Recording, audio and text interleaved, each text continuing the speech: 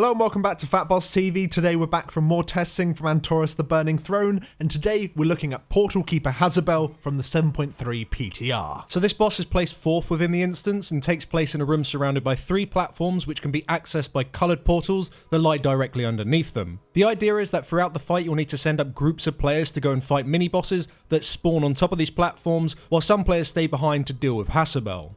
Now, just as a quick disclaimer, this footage is of course from the PTR, so things are subject to change, although they usually don't change too much. Either way, a full guide will be uploaded for this boss once we kill it on live servers.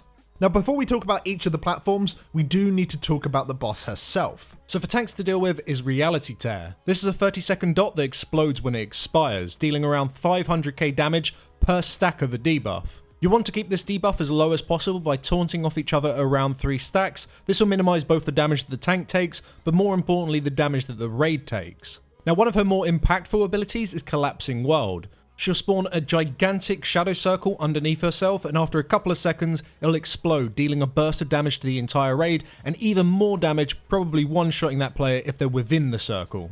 To deal with this, we made sure that the boss was always right up against a wall, and as soon as the circle appeared, we just dragged her towards the opposite side of the room. If ranged players stand at least 30 yards away from her, clumped up in a single group, this means that they don't have to move at all when the shadow circle spawns, but also allows healers to quickly top them after the damage comes in. The damage from the ability itself doesn't require healing cooldown, but if the tank debuff expires at the exact same time, these 2 bursts of damage may force you to use one.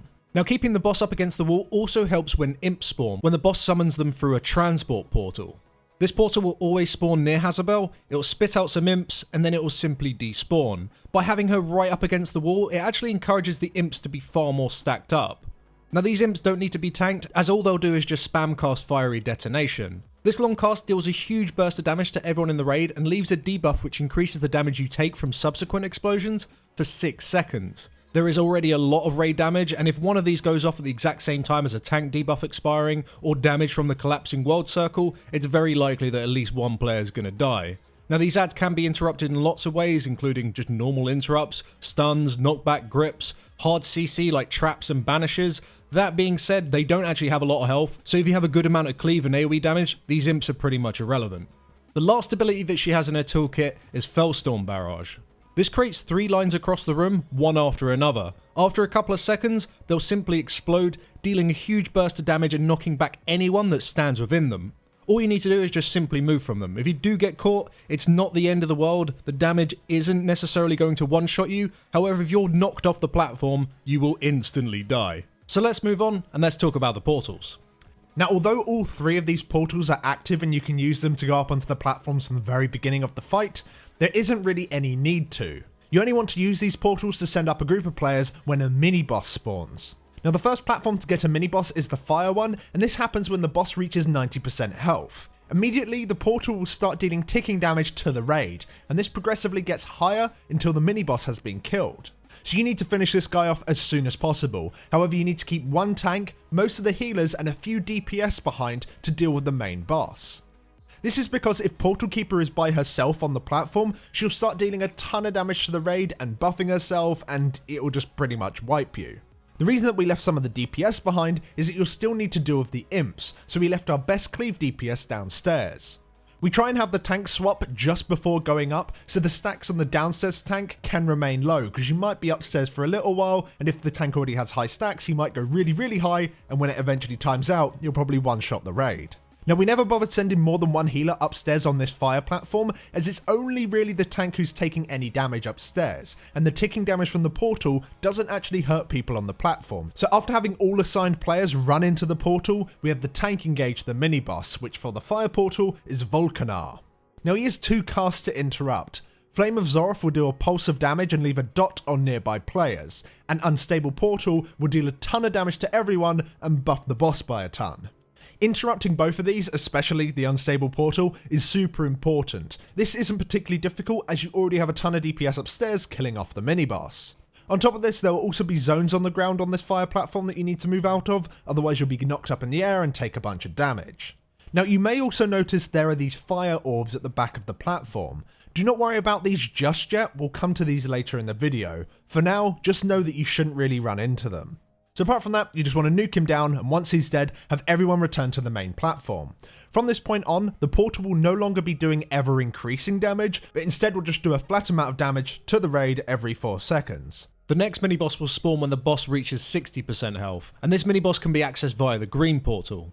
Once again, the portal will start dealing ever-increasing ticking damage to the raid until this mini-boss has been killed. We found that sending a similar group of players to go and deal with the mini-boss was absolutely fine, however sending an extra healer upstairs is probably a good idea, as the healing requirement is a little bit higher on this guy. This mini-boss, just like the previous one, has the unstable portal cast, so you need to make sure you interrupt it. However, she does have 2 other abilities.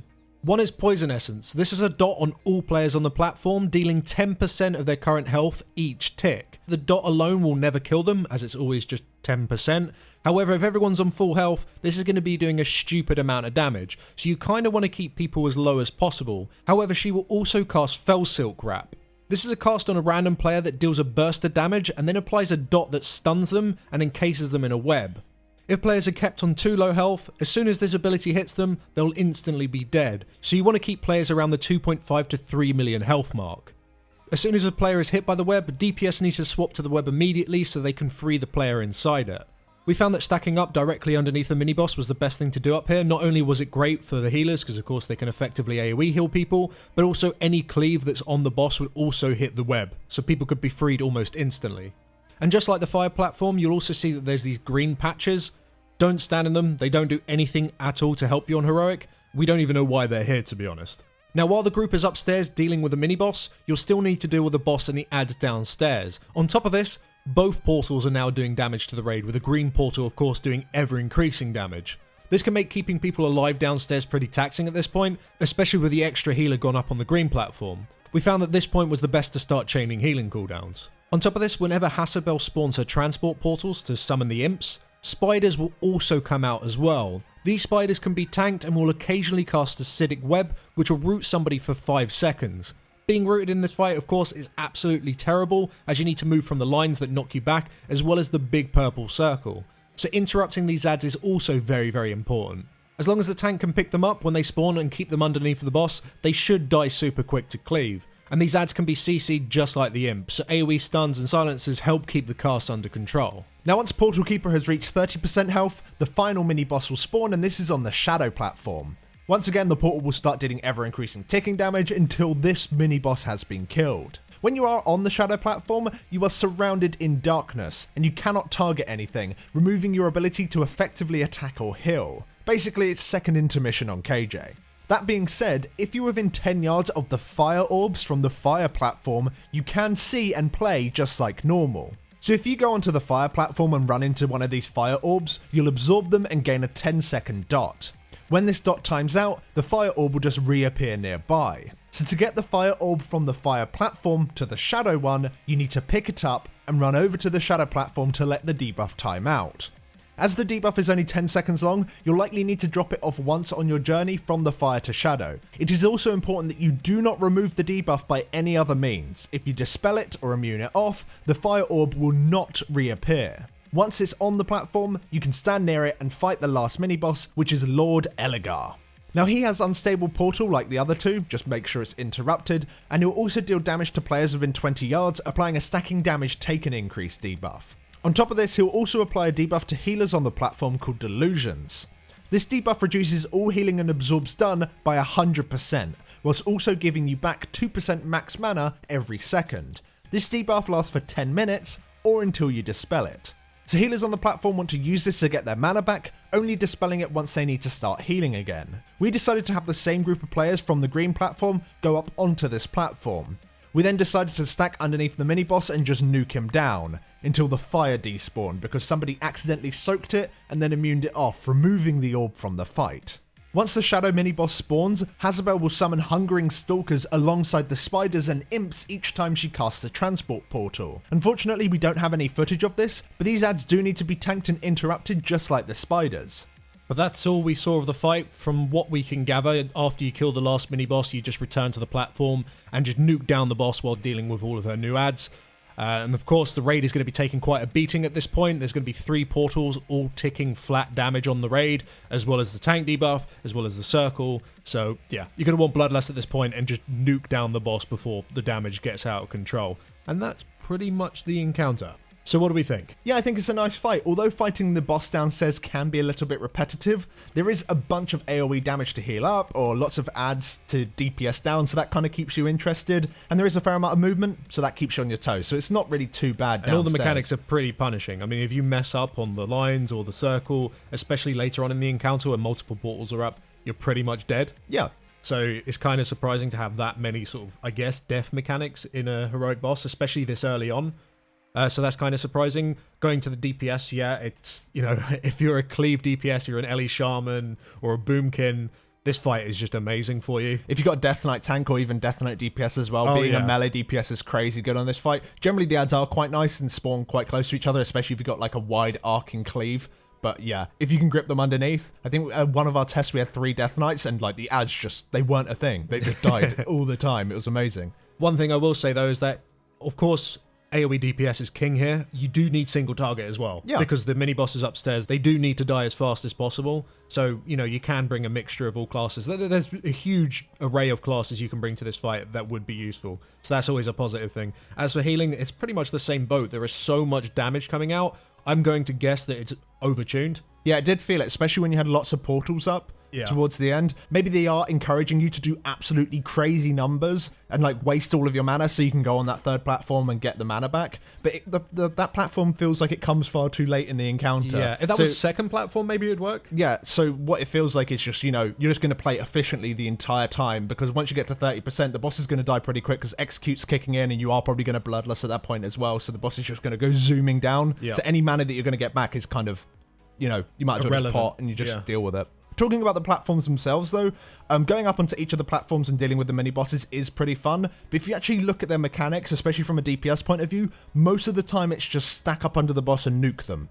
And interrupt their casts. The fire one has a little bit of movement that you need to do, but the bosses upstairs themselves, I think they could maybe have something a little bit more movement based, a little bit more interesting. Well, the green one's just a test for your healers, the fire one is don't stand in patches, and the shadow one is stand next to the orb and nuke it. Yeah, pretty much. And interrupt. Yeah. Talking of the orb as well, I love that mechanic. Having the orb being taken from the fire platform to the shadow platform, I think that's a really cool idea. And it is expanded upon on Mythic. You've got those green patches that you were talking about, and there's also shadow orbs on the shadow platform that you can pick up and get a debuff. You actually use those and take them to different things. So it's pretty much the fire orbs but on crack, because you just do a ton of it, which is a pretty neat idea. One thing I don't like though is how fiddly this fire orb is. It feels a little bit like unnecessary having it despawn when you either immune it off or dispel it. Yeah, I'm going to guess that that's a bug, and I don't think that's intentional. I hope it's a bug as well, because it just seems silly otherwise. It feels very punishing, you know? I mean, why can you even dispel it if you're not supposed to dispel it? Yeah, no, exactly. Because if you go like with us, when we got onto the shadow platform, the pool was going quite well, and then someone accidentally went into it, panicked and accidentally immuned it off, and it's like, well, that's it. We have to leave the platform now, which means the portal's going to do too much damage. And to be honest, with the numbers that were on PTR, that was going to wipe you. So yeah. So pretty much, apart from the crazy amount of healing that was needed for this fight and the orb being a bit fiddly, I think it's a cool encounter. There's nothing wrong with it. Actually, it's one of my favorites so far. So thank you very much for watching, guys. If you enjoyed this little preview, then please do drop down a like. It helps us out a lot. And a huge thank you to all of our supporters over on Patreon. You guys are absolutely awesome. We appreciate everything you guys do for us, and we shall see you all in the next video. Thanks for watching. Thanks for watching.